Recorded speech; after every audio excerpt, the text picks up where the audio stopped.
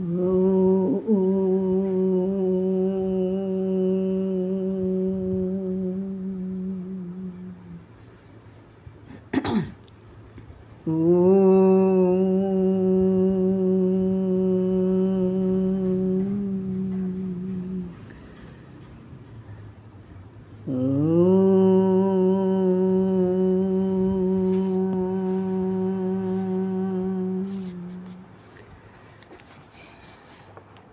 ॐ सहनाववतु सहनौ भुनक्तु सह वीर्यं करवावहै तेजस्विनावधीतमस्तु मा विद्विषावहै।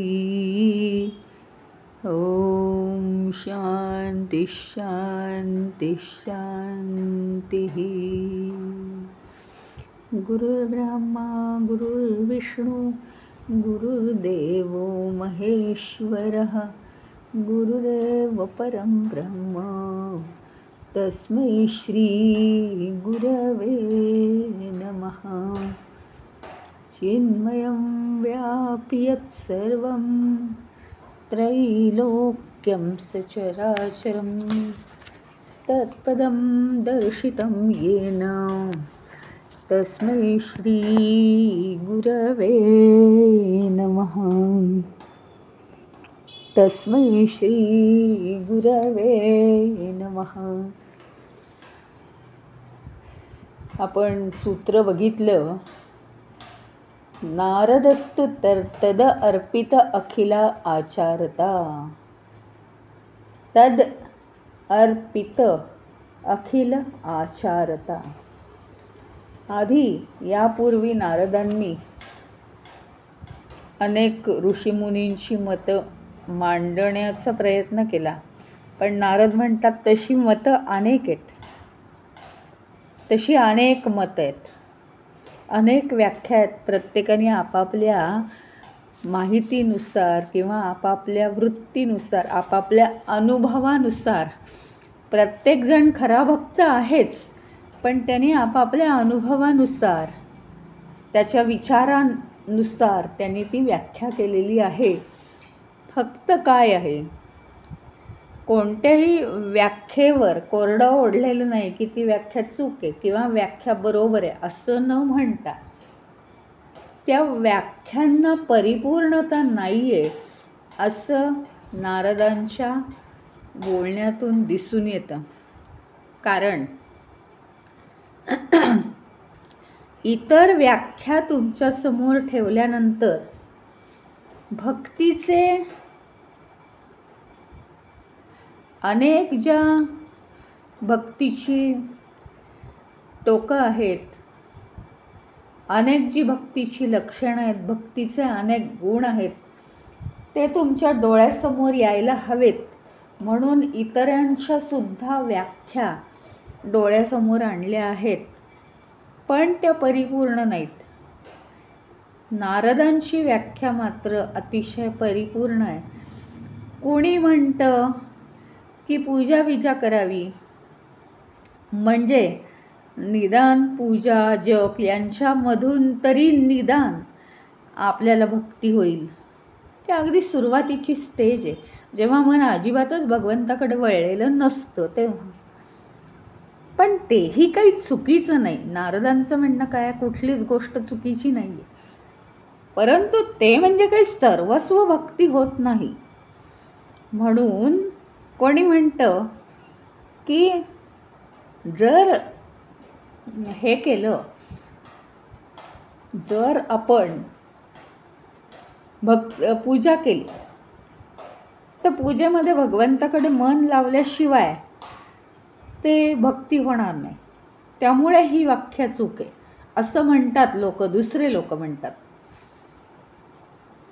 आणि नुसती मानस भक्ती, नुसतं मनात परमेश्वराचं स्मरण, ही म्हणजे भक्ती आहे असं काही लोकांचं म्हणणं आहे.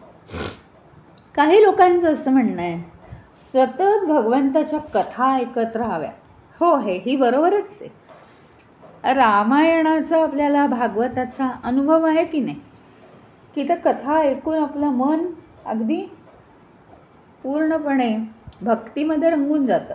अहो हे बरोबर आहे, पण नारद भक्तिसूत्र म्हणजे काय? कशाची व्याख्या चालली आहे? परमभक्तीची व्याख्या चालली आहे ना. परमभक्तीची व्याख्या म्हणजे नुसतंच थोडं थोडं थोडं थोडं थोडं थोडं काहीतरी आपल्या हृदयात शिरलं आणि थोडी थोडी भक्ती होत गेली असं नाही आहे. परमभक्ती केव्हा साधणार आहे? रामायणाने भक्ती जरूर येते, हां, भागवताने सुद्धा भक्ती जरूर येते, त्यात काही म्हणणं नाही आहे. परंतु इतक्या सावकाश आणि ती परमभक्ती साधणार नाही. परमेश्वराचं वेड लावणारी भक्ती नाही आहे ती. आणि म्हणून नारद संपूर्णपणे परिपूर्णतेने अशी व्याख्या करतात. तद अर्पिता अखिल आचारता. संपूर्ण जीवनाचं जे 24 तासात आचरण आहे आपलं, जागेपणीचं जे आचरण आहे, ते सगळं सारखं भगवंताला जर समर्पित करत राहिलं, सतत भगवंताला ते समर्पित करत राहिलो आपण, संपूर्ण आचरण सारखं भगवंताचं नाव घेऊन त्याला हे सगळं समर्पित करत राहिलो की हे माझं काही नाही आहे, जे काही मी केलं ते सगळं तुझं आहे, सगळं तुझं आहे, सगळं तुझं आहे, हे तुझ्यामुळे झालं, हे तू माझ्याकडून करून घेतलंस म्हणून झालं, तुझी माझ्यावर खूप खूप कृपा आहे. सतत त्याच्या चरणांवर डोकं असलं पाहिजे आपलं, इतका भाव आला पाहिजे. हां, आणि तद विस्मरणे परम व्याकुळता. हा तर भाग अत्यंत महत्त्वाचा आहे. सतत सतत सतत जर आपण आठवण ठेवली परमेश्वराची, तर काही काळ जर आपण आठवण नाही केली तर आपल्याला तळमळ लागली पाहिजे की हा भगवंत गेला कुठे. म्हणजे आपल्या हृदयात आहे ना एक प्रकारचा भगवंताचा वास असल्याचा अनुभव आपल्याला यायला लागतो. त्यामुळे जर भगवंताचं विस्मरण झालं तर मात्र आपल्याला तळमळ लागते. या सगळ्या ज्या छोट्या छोट्या व्याख्या आहेत, यातून सामान्य माणसाने विचार करत करत गेलं तर नारदांच्या व्याख्येपर्यंत पोहोचणं सोपं जाईल. आणि म्हणून नारदांनी आधीच्या 2-3 व्याख्या देण्याचा प्रयत्न केला आहे. कथांनी सुद्धा आपल्याला भक्ती प्राप्त होते, पण ती कथा असेपर्यंतच भक्ती असते. तिथून कथेतून बाहेर पडलो की भक्ती गायब होते. म्हणजेच यातली मिसिंग लिंक काय आहे? तर जेव्हा कथा नाही तेव्हा भक्ती नाही, जेव्हा कथा आहे तेव्हा भक्ती आहे. ह्याचा अर्थ कथाच काय, कथेमुळे आपल्याला ईश्वराचं स्मरण होत असतं, कारण त्याच्याच विषयी कथा आहे ना, त्याचीच कथा आहे ती. परंतु नारदांचं म्हणणं आहे की कथेमुळेच काय, पण इतरही गोष्टींमुळे सतत आपल्याला भगवंत आठवावा. हे चाललं आहे, यासाठी माझं शरीर कर्म करतं आहे, ही भगवंताचीच कृपा आहे. हे चाललं आहे, हे करण्याचा भाव माझ्या मनात आला आहे, या मनावर ईश्वराचीच कृपा आहे. ईश्वरा धन्यवाद. पुढे हे बुद्धीचं कर्म चाललं आहे, पण ही एवढी बुद्धी कशामुळे चालते? तर केवळ ईश्वराची कृपा, त्याच्या मनात असेल तरच होतं हे सगळं. ईश्वरा तू हे काम करून घेतलंस माझ्याकडून, तूच केलंस, मला वाटतं मी केलं, धन्यवाद. चरणांवर डोकं, हे सगळं तुझं तुला अर्पण. असं सतत जर झालं फक्त कथाच कशाला पाहिजे, पूजाच कशाला पाहिजे, जपच कशाला पाहिजे. सतत ईश्वराचं स्मरण करणं. आणि चुकून माकून विसरलोच तर अरे राहू दे ना, विसरलो तर काय, जरा विसरलो थोडा वेळ, काम करत होतो ना, असं नाही. तर तद विस्मरणे परमव्याकुळता. जरा जरी त्याचं विस्मरण झालं तर डोळ्यातनं अश्रू व्हायला लागतात. व्याकुळ होऊन जातो जीव. याला म्हणतात परमभक्ती.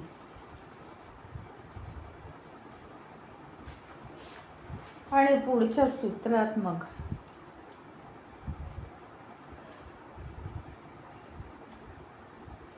या परमव्याकुळतेमुळे काय होतं माहिती का,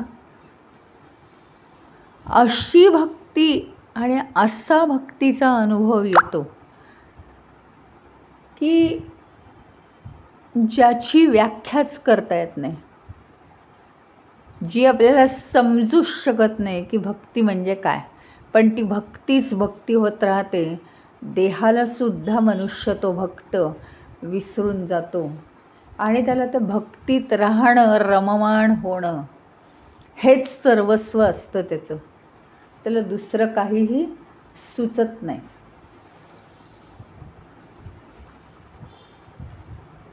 पुढच्या ह्याच्यात सांगितलेलं आहे, अस्त्येवम एवम.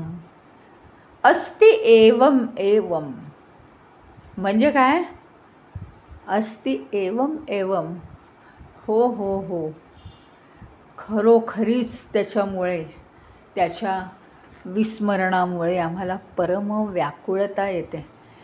काय असतं, एखादा अगदी व्याख्या आपल्या मनाप्रमाणे झाली ना की आपल्याला असं वाटतं की खरोखरी तेच बरोबर आहे, नेमकं तेच बरोबर आहे, असं आपल्याला वाटत राहतं.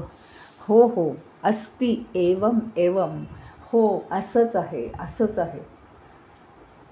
म्हणजे त्याची ते खात्रीशीररित्या परम व्याकुळता होतेच असं म्हणणं आहे.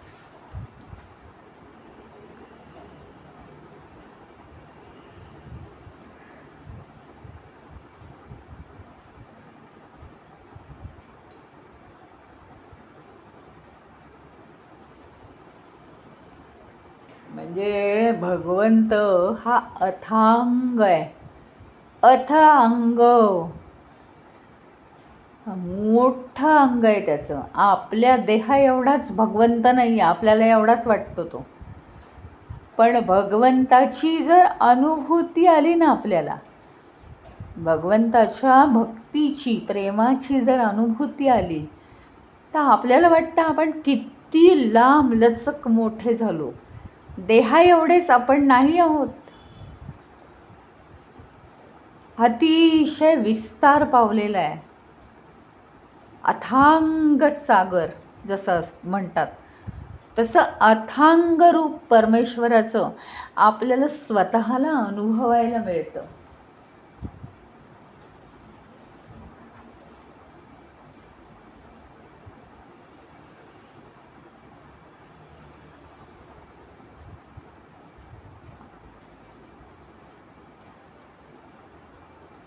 आता पुढचं जे सूत्र आहे, यथा व्रज गोपिकानाम.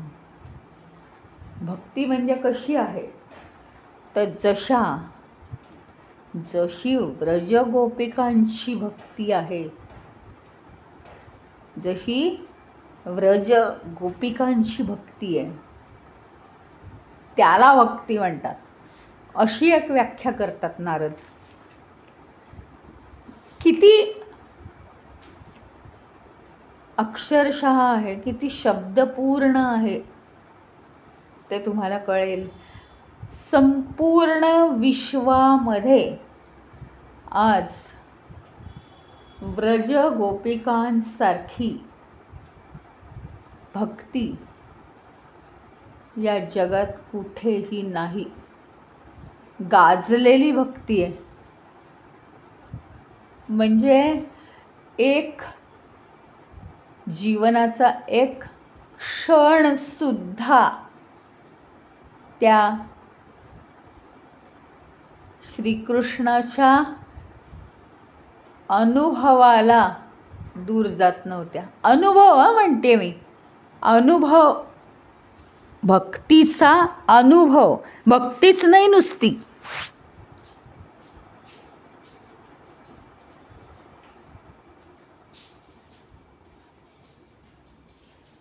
सगळ्या गोपिका या हे होत्या, संसार करणाऱ्या सगळ्या गोपिका होत्या.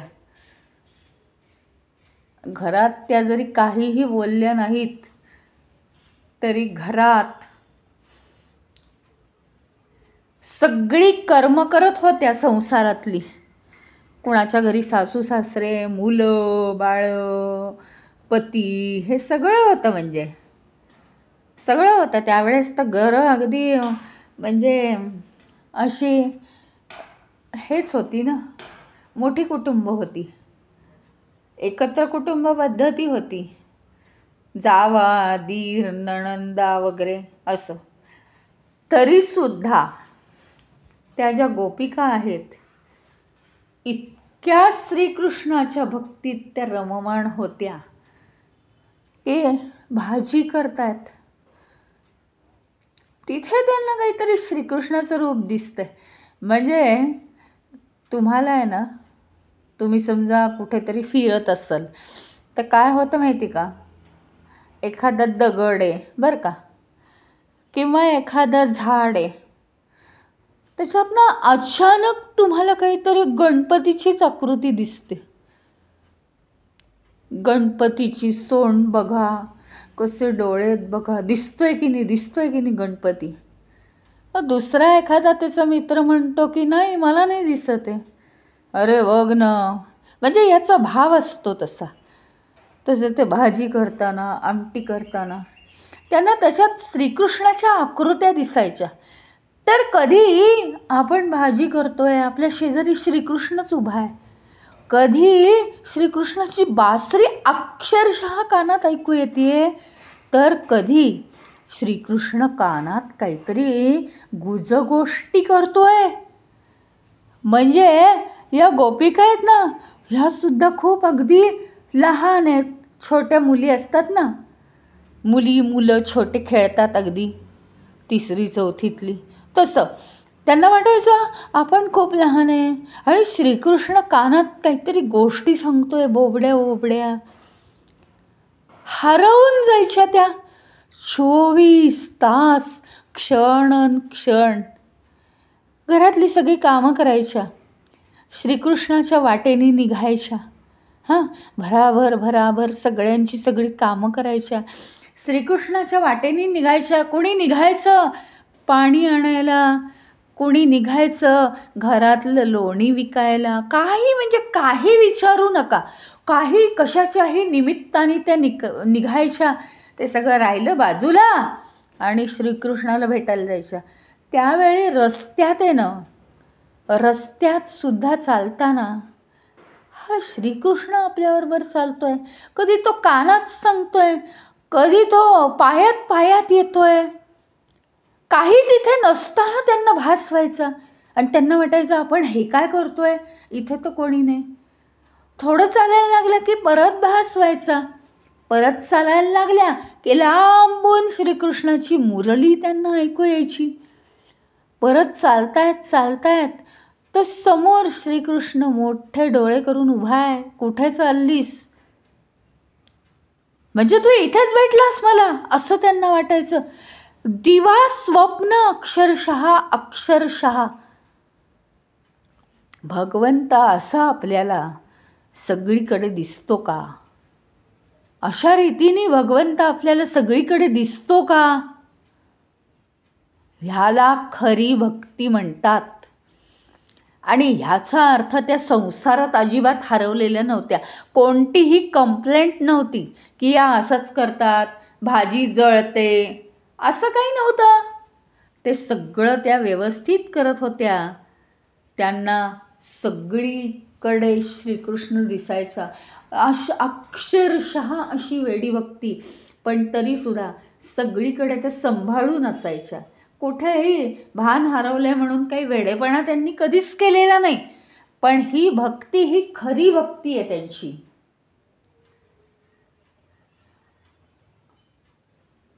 म्हणजे काय माहिती का, त्यांचे जरी संबंध असले सगळ्यांशी, तरी मनातून संबंध फक्त श्रीकृष्णाशीच होते.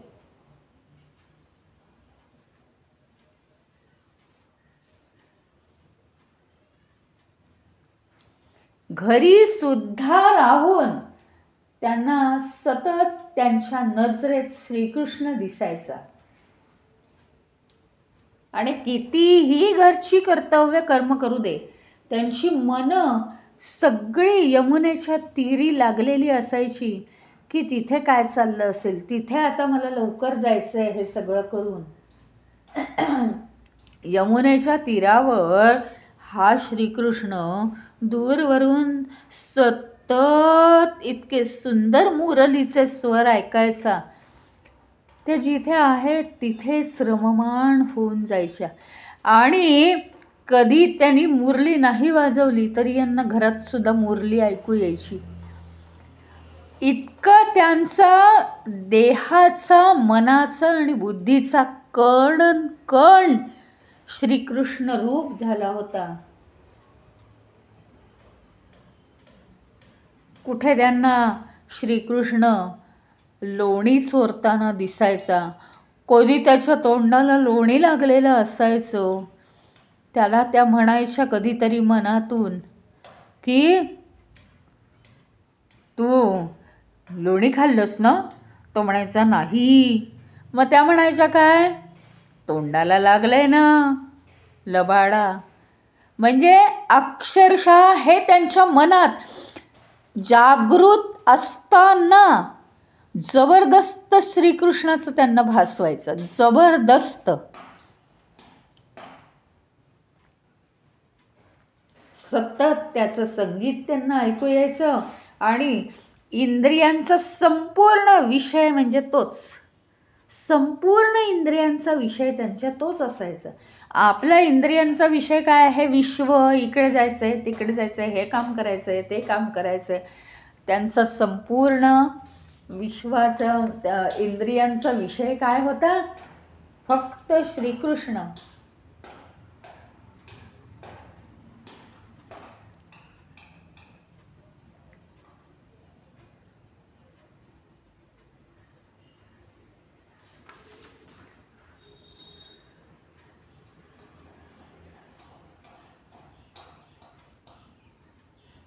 एकदा तर श्रीकृष्ण बरं का, एकदा तर काय झालं माहिती का, इतकी परमश्रद्धा त्यांची, इतकी परमश्रद्धा की श्रीकृष्णाचं मनही कळवळून जायचं. श्रीकृष्णाच्या सुद्धा डोळ्यातनं पाणी यायचं की ह्यांनी आहे ना भक्ती करताना कुठे मनात एवढीशी सुद्धा जागा ठेवलेली नाही आहे की जिथे भक्ती नाही. अंतर्बाह्य भक्ती आहे. म्हणजे इतकं आपल्यासाठी हे इतके झटतायत, म्हणजे आपल्यावर यांची इतकी भक्ती आहे. हे श्रीकृष्णालाच भगवंत असून सुद्धा राहवलं नव्हतं. आणि त्यांनी एकदा गोपींना सगळ्या कबुली दिली होती की तुम्ही सगळी म्हणजे कौटुंबिक बंधनात राहून सुद्धा जवळजवळ ती बंधनं मनाने तोडून टाकली आहेत. आणि माझी जणू काही मनाने 24 तास भक्ती करून माझी सेवाच केली आहे तुम्ही. आणि तुमचं हे जे शुद्ध प्रेम आहे, त्या शुद्ध प्रेमाची परतफेड म्हणून मी जरी युगानुयुग तुमची सेवा केली,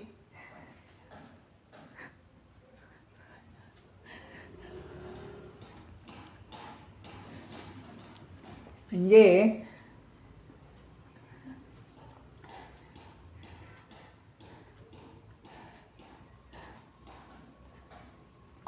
श्रीकृष्णाचं म्हणणं असं आहे की इतकी खरी भक्ती आहे तुमची जन्मानुजन्म युगानुयुग जरी मी तुमची सेवा केली ना तरी ती कमी आहे.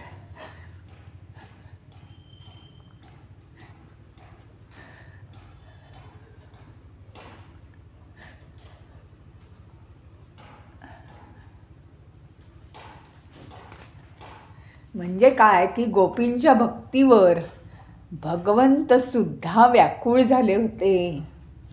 त्यांनी सांगितलं, मी तुमचं हे ऋण आता कधीच फेडू शकत नाहीये, इतकी तुमची खरी भक्ती आहे माझ्यावर.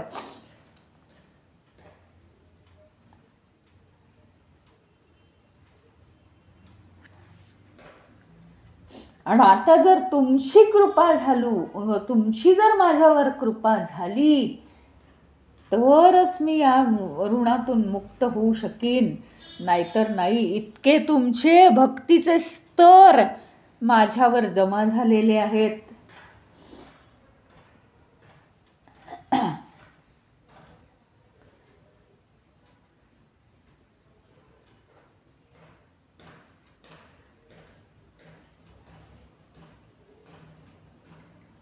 आणि बघा की काय आहे हे बघा, ह्याच्यात एक अत्यंत महत्त्वाचं आहे. म्हणजे गोपिकांची जी भक्ती आहे ना, ह्याच्यात एक अत्यंत महत्त्वाचं आहे.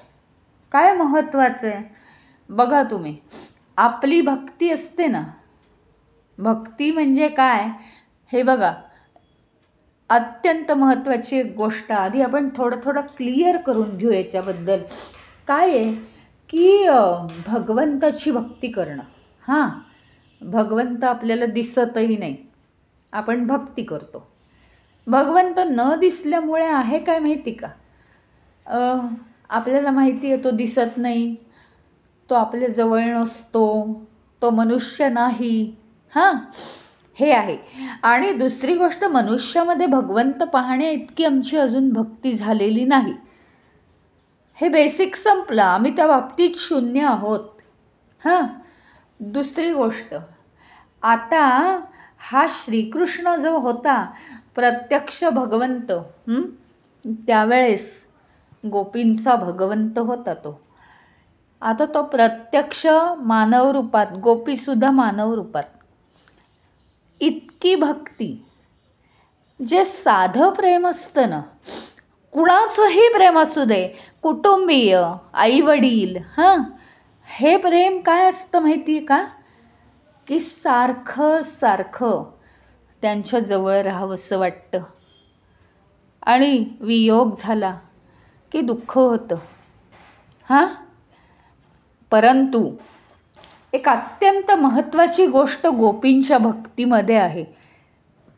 आणि ही म्हणजे आता मागच्याच सूत्रामध्ये काय झालेलं आहे सांगितलं, तद विस्मरणे परम व्याकुळता. भगवंताचं विस्मरण झालं की खूप व्याकुळता लागते. ती व्याकुळता आहेच. आता इथे कन्फ्युजन खूप होणार आहे आपलं. त्याचं विस्मरण झालं की परम व्याकुळता लागते. ती व्याकुळता आहेच. म्हणजे मनातनं विस्मरण झालं तर, मनातून विस्मरण झालं तर व्याकुळता लागते. आता गोपी घरी पण जात होत्या, संसारही करत होत्या, सगळं करत होत्या. हां, आणि जोपर्यंत आपण कृष्णाजवळ नाही आहोत तोपर्यंत त्यांना तळमळ लागलेली असायची. त्यांना सतत घरीसुद्धा त्याचे आवाज ऐकू यायचे आणि रोज श्रीकृष्णाला भेटून त्या परत घरी जायच्या. पण इथे एक अत्यंत महत्त्वाची गोष्ट आहे. ही भक्ती का वाढली माहिती आहे का? ही भक्ती याच्यासाठी वाढली, एक पहिलं प्रमुख कारण म्हणजे त्याच्यात कशाची अपेक्षाच नाही आहे. नारदजींनी पहिल्यांदाच सांगितलं आहे, कशाचीही अपेक्षा नाही. दुसरी अत्यंत महत्त्वाची गोष्ट म्हणजे जिथे वियोगाची भीती नाही आहे तिथे भक्ती होते. म्हणजे हा श्रीकृष्ण, ह्याला सोडून रोज आम्हाला घरी जावं लागतं आहे ही भीती नाही. तो आमच्याबरोबर आहेच, तो सतत आमच्याबरोबर आहे. हे जे आहे ना, ही गोष्ट आपल्याला परमभक्तीपर्यंत नेऊन पोहोचवते. त्याचं कारण आहे, वियोग जर म्हटला तर वियोगामध्ये काय असतं, भीती असते. म्हणजे आमचं सगळं पर्सनल तिथे येतं बाहेर, पर्सनल भय, वैयक्तिक भय निर्माण होतं आणि तिथं भक्तीला दुरावा येतो. परंतु खरी भक्ती काय आहे, म्हणजे दोन वेगवेगळ्या शेड्स इथे सांगितलेल्या आहेत. नारदजी जे म्हणतायत तिथे काय म्हणायचं आहे त्यांना, तद विस्मरणे परम व्याकुळता. त्याच्या विस्मरणाने व्याकुळता होते.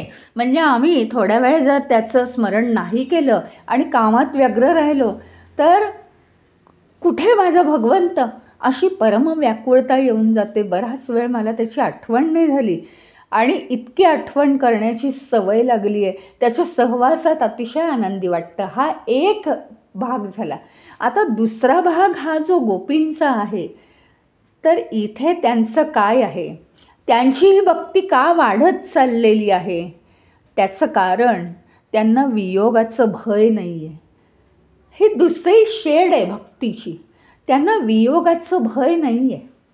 म्हणजे काय, श्रीकृष्णाचा वियोग झाला, आता याला सोडून आता आम्हाला घरी जावं लागतं आहे, संसाराची कामं करावी लागत आहेत, तसं नाही आहे ते.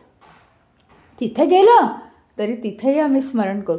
म्हणजे काय, अंगात धैर्य येतं आहे, मी जिथे जाईन तिथे भगवंत आहेच माझ्याबरोबर, कुठेही जाणार नाही. आणि असाच अनुभव या पृथ्वी तलावर मी कुठेही जाईन तरी तो माझ्याबरोबर आहे. भगवंत नावाची जी शक्ती आहे ती आहेच माझ्याबरोबर. हे अगदी सिद्ध झालेलं आहे. आणि उद्धव हा सुद्धा श्रीकृष्णाचा मित्र आहे, श्रीकृष्णाचा शिष्य आहे म्हणा आणि श्रीकृष्णाचा भक्त आहे म्हणा. पण उद्धवाला सुद्धा गोपींनी हेच सांगितलं की हे बघ, जिथे वियोगाचं दुःख असतं ना तिथे व्याकुळता येत नाही. जिथे वियोगाचं दुःख असतं तिथे भीती होते. पण ज्याला वियोगाचं दुःखच नाही आहे, भगवंत जर सगळीकडे आहेच, म्हणजे काय, फायनली काय समजायचं, भगवंत कशात पाहायचा, भगवंत कशात पाहायचा. आता या व्याख्येनुसार मनुष्यधारी जर भगवंत असेल, आपल्याबरोबर समजा श्रीराम किंवा श्रीकृष्ण असतील, त्यांच्यातच भगवंत नाही पाहायचा, तर भगवंत कशात पाहायचा ते नसताना ती एक शक्ती आहे. ह्याच्या खूप जवळ आणलं आहे या सूत्रांनी आपल्याला, की भगवंत नावाची जी एक शक्ती आहे ती सतत आपल्याबरोबर आहे. परंतु काय आहे, आपण देहधारी असल्यामुळे नुसतं शक्ती शक्ती शक्ती, ऊर्जा ऊर्जा ऊर्जा असं म्हणून आपलं भक्ती होत नाही. म्हणून तर सायन्स मागे राहिलं की नाही अध्यात्माच्या, कारण तिथे काय आहे, कोरडेपणा आहे. मग भक्ती निर्माण होण्यासाठी ही जी काही शक्ती आहे भगवंताची, त्याच्याबरोबर भगवत स्वरूप पाहिजे आपल्याला. म्हणजे मग भक्तीमध्ये रमून जाता येतं. त्याला काय होतं, त्याला एक आधार मिळतो आपल्याला. पण खरं कशात भगवंत पाहायचा, त्या शक्तीमध्ये. आणि ती शक्ती आपण आत्मसात करायची आहे, ती शक्ती आपण प्राप्त करायची आहे.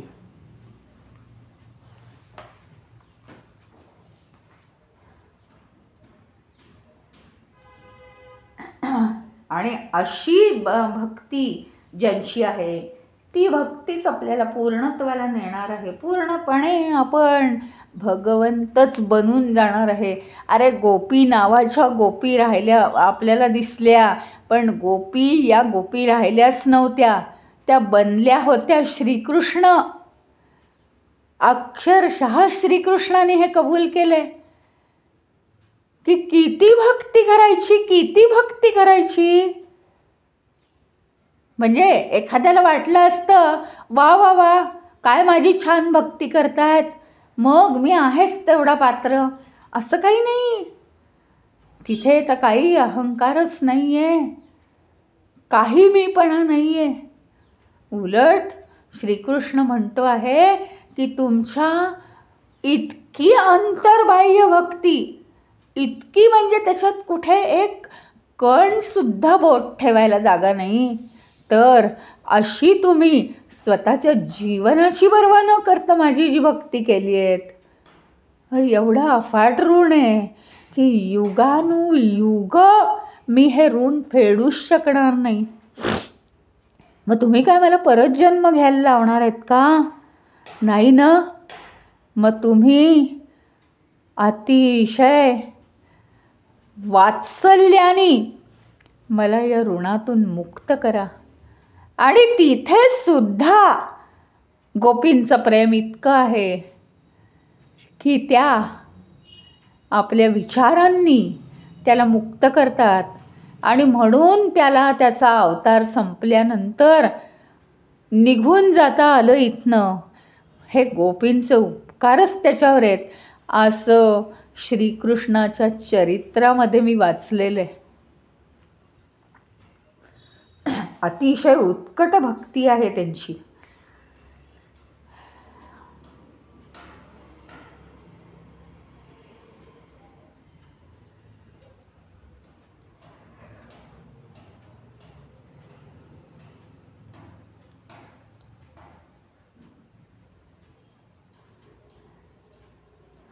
गोपींचं प्रेमच प्रत्येक साधकाने शिकायला हवं. अनेक गोष्टी याच्यामध्ये सांगितलेल्या आहेत. पुढच्या सूत्रामध्ये ते म्हणतात, तत्र अपि न महात्म्य ज्ञान विस्मृत्य अपवादः. आणि ही जी गोपींची अवस्था आहे, तत्र अपि त्याही अवस्थेत, त्यासुद्धा अवस्थेत गोपींना काय होतं? न महात्म्य ज्ञान विस्मृती. महात्म ज्ञानाची विस्मृती होते, असा दोष त्यांना लागत नाही.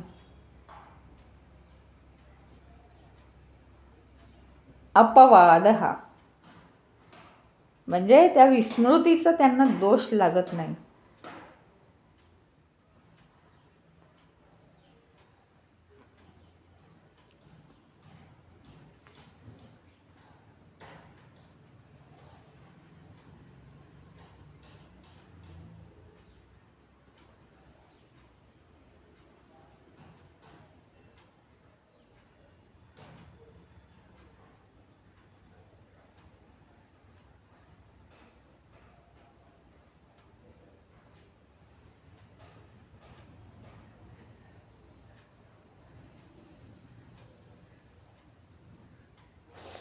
म्हणजे काय आहे? महात्म ज्ञान विस्मृती अपवाद. यातून त्यांना काय सांगायचं आहे? हे बघा, तुम्ही म्हणाल की ही तर अंधश्रद्धा झाली ना गोपींची. सारखं आपलं श्रीकृष्ण श्रीकृष्ण करणं आणि त्याला धरून ठेवणं. आत्ताच तर मी सांगितलं की वियोगाचं त्यांना भय नव्हतं. मोठ्या हिमतीने त्या जितक्या श्रीकृष्णामध्ये रमायच्या त्याच्या बासरीच्या सुरांमध्ये, तितक्या त्या धाडसाने घरी जायला निघायच्या की आता वेळ झाली आहे, त्या निघायच्या. पण काय माहिती का, हा शब्द अत्यंत महत्त्वाचा आहे. न महात्म ज्ञान विस्मृती. महात्म्य ज्ञान याची त्यांना विस्मृती नव्हती. न महात्म्य ज्ञान विस्मृती म्हणजे काय? इतक्या जरी त्या या भक्तीमध्ये वेड्या झाल्या असल्या ना, हे बघा काय होतं माहिती आहे का, एक कोणतरी गुरु असतो बरं का, एक कोणीतरी गुरु असतो. गुरु आता शिष्यांशी मैत्रीच्या नात्याने बोलायला लागला आणि त्यांच्याशी चर्चा करायला लागला. सहसा काय होतं माहिती का, आजकालच्या तरी वातावरणात असं होतं की गुरु म्हणजे काय, आपला मित्रच आहे असं वाटायला लागतं. आणि लगेच त्याला बरोबरीचं समजतात आणि वाटेल तसं त्याच्याशी बोलतात. ठीक आहे, हे आपल्याला समजलं. गुरुचं जे महात्म्य आहे हे ते जाणत नाहीत. तर त्याच्या प्रमाणे इथे सांगितलं आहे, न महात्म्य ज्ञान विस्मृती हे अत्यंत महत्त्वाचा शब्द आहे. त्या श्रीकृष्णाच्या भक्तीमध्ये अगदी इतक्या एकरूप होऊन जायच्या. अत्यंत उत्कट प्रेम. किती उत्कट प्रेम हे माहिती आहे तुम्हाला. हे बघा, तरीसुद्धा श्रीकृष्णाच्याही जीवनाला गोपींमुळे, गोपींच्या जीवनाला श्रीकृष्णामुळे कोणताही दोष आजवर लागलेला नाही. युगानुयुग गेली तरी. हा पहिली गोष्ट. दुसरी महत्त्वाची गोष्ट, ते इतक्या जरी भक्तीमध्ये रमल्या होत्या तरी त्या अंधश्रद्धाळू अजिबात नव्हत्या. कोण आहे गोसावी आला आणि त्याच्या मागे या लागले आहेत असं अजिबात नव्हतं. न महात्म्य ज्ञान विस्मृती ही. श्रीकृष्ण ही काय चीज आहे, काय शक्ती आहे, काय तो भगवंताचा अंश आहे. परिपूर्ण भगवंत आहे तो. आणि त्याचं आपल्याला अस्तित्व प्राप्त होतं आहे हे पूर्ण ज्ञान गोपींना होतं. याला म्हणायचं न महात्म्य ज्ञान विस्मृती. पूर्णपणे त्याचा आदरसुद्धा होता त्यांच्या मनात. आणि तरीसुद्धा त्याच्या स्मरणाने, त्याच्या दर्शनाने, त्याच्या बासरीच्या सुरांनी पूर्ण त्यांचं हृदय भरून जाऊन त्यांच्या डोळ्यातून अश्रुधारा लागायच्या. त्यांना सगळं सगळं सगळं माहीत होतं श्रीकृष्णाबद्दल. कारण त्या स्वतः रात्रंदिवस त्या अनुभवत होत्या. रात्रंदिवस त्या भक्तीचा अनुभव घेत होत्या. उत्कट भक्ती. झोपेत जरी थोडंसं हल्लं, इकडे तिकडे झालं तरी कानामध्ये त्यांना बासरीचे सूर ऐकू यायचे. मधुर बासरी. सकाळी उठायची वेळ झाली तरी कान्हा मला बासरीच्या सुरांनी उठवतोय का काय असं त्यांना वाटायचं. घरामध्ये कुणाशी काही बोलताना आवाज चढवायच्या नाहीत त्या. कान्हा घरात आहे आजूबाजूला, कान्हाला आवडणार नाही.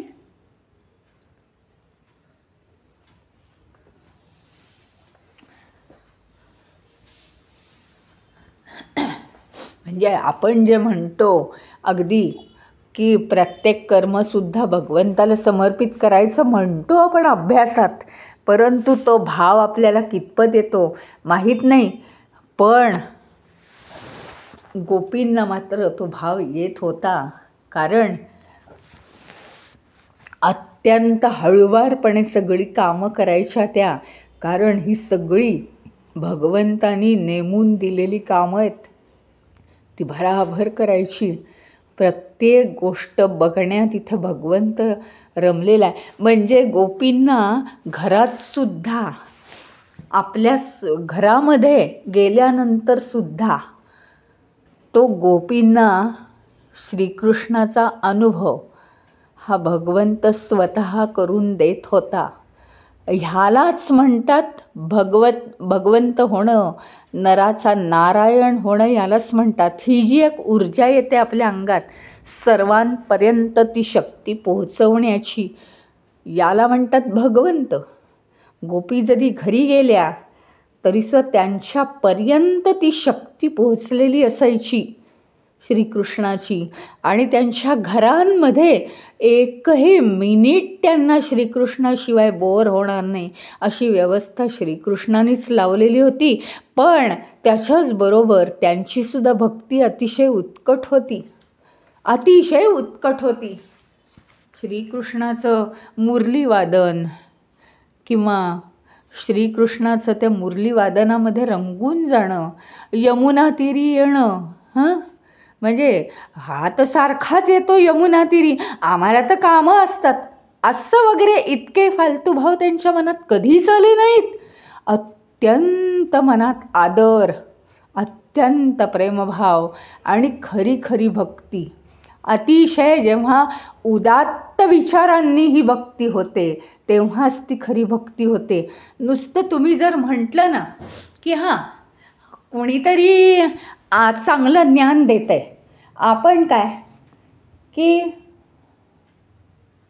फक्त आपण ज्ञान घेऊया आणि काही जरूर नाही यांना काय आदर सत्कार करायचे, हे ज्ञान घ्यायचं आणि दुसरीकडे जाऊन सांगायचं, एवढं आपण करू, आपल्याला ते मिळालं की झालं, बाकी काय आदर विदर ठेवण्याची गरज नाही. अशा वेळेस काय होतं म्हणजे तुम्हाला ज्ञान मिळतं, ज्ञानाचे शब्द तर मिळतातच, पण त्याच्या मागे असलेली जी श्रद्धा, भक्ती, भगवंताचं प्रेम किंवा शास्त्राच्या भाषेत सांगायचं झालं तर ध्यानातून मिळालेली शक्ती, या ज्या गोष्टी आहेत किंवा भगवंताबद्दलचा आदर, या गोष्टी नाही मिळत आणि प्रत्येकजण त्या क्रिएट नाही करू शकत. तर जे ज्याचं स्थान आहे म्हणजे गुरुचं स्थान हे जे आहे ना ते आपल्या मनात अत्यंत आदरार्थी पाहिजे. हे आपल्याला इथे गोपींच्या ह्याच्यात शिकायला मिळतं. म्हणजे इतका तो अगदी मैत्रीच्या नात्यानेच होता की नाही, जवळजवळ सारखं त्याच्यामध्ये यांनी रममाण होणं आणि त्याच्या प्रत्येक कृतीबद्दल मनातनं रंगून जाऊन अश्रू ढाळणं, हे काय होतं, अत्यंत प्रेम होतं, अत्यंत बरोबरीचंच नातं जवळजवळ होतं. आणि तरीसुद्धा त्या आदराला त्यांच्या मनातल्या कुठेही तडा गेली नाही आहे. त्यावेळी ती भगवत भक्ती जमते. म्हणजे परमेश्वर काय दिसत नाही आपल्याला, ह्याच्यामुळे त्यालाही आपण काही दिसत नाही, राहू दे, आपण इकडे खोटेपणा करू आणि तिकडे त्याचे भक्त होऊया, तर नाही होत. तसं होत नाही. त्या भावाने आपल्याला कधीच काही प्राप्त होत नाही. तर तो एक आदर मनात आपल्या असायला लागतो आणि तो या सूत्रामध्ये अत्यंत महत्त्वाचा भाग दिलेला आहे. पुन्हा पुन्हा मला हे वाचावंसं वाटतंय. न महात्म्य ज्ञान, श्रीकृष्णाचं जे महात्म्य आहे त्याचं जे ज्ञान आहे त्याची विस्मृती या गोपींना कधीच झाली नाही. महात्म्य अफाट आहे त्याचं, तो साधा सुद्धा नाही. तुम्हाला माहिती आहे 10 वर्षाचा असताना, 8 वर्षाचा असताना असा एकटा वनात बिनात जायला निघायचा. तर यशोदेला ना खूप काळजी वाटायची, काय चाललंय काय चाललंय. दरवेळी काहीतरी अक्राळ विक्राळ उद्योग करायचा अगदी, आणि यशोदा अगदी काळजी व्हायची, अगदी अतिशय काळजी वाटायची त्याला. माहिती आहेत की नाही तुम्हाला या गोष्टी, माहिती नाही काय. ते 2 राक्षस होते. आधी ते द्वारपाल होते, मग त्यांनी काहीतरी चूक केली आणि मग ते झाले राक्षस. मग राक्षसांना ऋषीमुनींनी शाप दिला की तुम्ही सगळ्यांना त्रास देता, मग तुम्ही वृक्ष बनाल. जंगलात गेला जंगलात गेला जंगलात गेला. हां, आणि खूप वादळ आलं, खूप वादळ आलं. एकटाच गेला बरं का तो, त्या दिवशी एकटाच गेला, कारण त्यांना त्या राक्षसांचा उद्धार करायचा होता. आणि त्यांना त्या राक्षसांना दर्शन देऊन पुन्हा त्यांना द्वारपाल बनवून पुन्हा देवांच्या दारात उभं करायचं होतं. गेला तो. खूप वादळ आलं, खूप वादळ आलं आणि 2 मोठे मोठे वृक्ष कोसळले. त्यांच्यामध्ये हा छोटासा श्रीकृष्ण उभा, 10 वर्षाचा उभा. तो इकडे तिकडे बघतोय, हे काय झालं. वादळ संपलं सुद्धा बरं का. इकडे तिकडे बघतोय, हे काय झालं. त्याला त्या वृक्षांच्या मधून आता कुठेही जायला रस्ताच नव्हता आणि आता तो काही धडपड करत नव्हता. तो म्हणाला या दोन्ही वृक्षांना, म्हणजे त्यांनी असा विचार केला या दोन्ही वृक्षांना मला काहीतरी सांगायचं आहे. त्यांनी स्पर्श केला, त्या वृक्षांना त्यांनी स्पर्श केला प्रेमाने. काय काय रे बाळांनो, माझ्या मागे पुढे असे का पडलायत? आणि मग त्यातून हे राक्षस उभे राहिले, निर्माण झाले आणि त्यांनी स्पर्श केला. हो, हे 2 राक्षस ना तुम्ही? आणि त्यांची एकदम अशी अतिशय सुंदर अशी रूपं झाली त्यांची. त्यांना हात लावता क्षणी त्यांची अतिशय उत्तम अशी रूपं झाली आणि ते द्वारपाल बनले. मला सगळा तुमचं गोष्ट माहिती आहे म्हणाला आणि त्याला अतिशय नमस्कार केला, त्याच्या चरणांवर डोकं ठेवलं आणि मग ते निघून गेले. अशा अनेकांचे उद्धार त्यांनी केलेले आहेत, अनेकांचे. वय 10 वर्ष. आणि काय झालं माहिती आहे की ही यशोदा हा कुठे गेला आहे दिवसभर, कुठे गेला आहे न सांगता, आणि सतत तो असा तिला टेन्शनच द्यायचा. बराच वेळ झाला आला नाही, बघायला गेली. मोठी मोठी 2 झाडं, तिला त्याच्यापर्यंत पोचताच येईना, इतका सगळा विस्तार होता त्या झाडांचा. आणि तो झाडांच्या बुंध्याजवळ, लाकडाजवळ उभा, त्याला उडी मारूनसुद्धा कुठेही जाणं शक्य नव्हतं. ती यशोदा तिकडून पाहत होती. तो पूर्ण हे काम करून येत होता आणि अधूनमधून यशोदा त्याच्याकडे जेव्हा बघत होती, अत्यंत प्रेमळ नजरेनी, कधी केविलवाण्या नजरेनी तर कधी प्रेमळ नजरेनी श्रीकृष्ण तिच्याकडे पाहत होता. बाळा लवकर ये, ती सांगत होती. ती म्हणत होती, तुला काही अशक्य नाही आहे, माझा अंत पाहू नकोस. तो अतिशय गोड हसू आणत होता आणि त्यांचं संपूर्ण हे झालं. यशोदा शेवटी निघून गेली. तिच्यासमोर तो उद्धार कसा करणार? ती शेवटी निघून गेली. तू लवकर ये, काही झालं तरी, मी जाते, ऐकत नाहीस तू. आणि त्यांनी त्यांचा उद्धार केला. आणि ते वृक्षातून ते 2 पुरुष बाहेर आले, त्यांना पूर्ववत केलं. त्यांनी त्याच्या चरणांवर डोकं ठेवलं आणि मग तो घरी आला. अगदी काही झालं नाही असं त्यांनी दाखवलं. ती आपली तळमळत राहिली. श्रीकृष्णा, तू किती रे मला काळजी करायला लावतोस? त्याला काही नाही. तो म्हणतोय, बराच वेळ झाला मी लोणी नाही खाल्लं. त्याला काहीच नाही आहे त्याचं. म्हणजे हे त्याचं स्वरूप आहे, लहानपणापासूनचं हे स्वरूप. आता गोपींबरोबर तर तो कितीतरी मोठा झालेला आहे, पण हे त्याचं जे भगवत स्वरूप आहे, भगवत. भग म्हणजे काय माहिती आहे का? तेज, तेजपुंजपणा, तेजस्विता, तेजोमयता. ही जी त्याची तेजोमयता आहे, ही गोपींनी पूर्णपणे जाणली होती. काहीही त्यांना त्याचं अज्ञान होतं वगैरे काहीही नाही, की फक्त त्याच्याकडनं आम्हाला फार प्रेम मिळतं आहे, असं होतं आहे, तसं होतं आहे, असं काही नाही. आम्हाला त्याच्या अस्तित्वात फार बरं वाटतं आहे, भक्ती होती आहे आणि आम्ही त्याला विसरू शकत नाही, असं काही नाही. अतिशय शास्त्रशुद्ध, अगदी धाडसी प्रेम होतं. म्हणजे गोपींचं प्रेम हे परिपूर्ण होतं, हे सांगण्याचा उद्देश. आणि तसंच त्यांना कधीही त्यांच्या मनातून भगवंताबद्दलचं प्रेम हे आदर कधीही कमी झालेला नाही. नाहीतर आजकाल तर असं असतं, हो हो तुम्हाला हे येतं, पण तेवढ्यापुरतं ठीक आहे, हो बाकी तुम्ही काय आमचे बरोबरीचीच, बाकी काही नाही तुम्हाला कळत, असं जे असतं तसं नाही आहे. तर या भावाला सुद्धा खूप महत्त्व आहे, तरच आपण ते सगळं प्राप्त करू शकतो.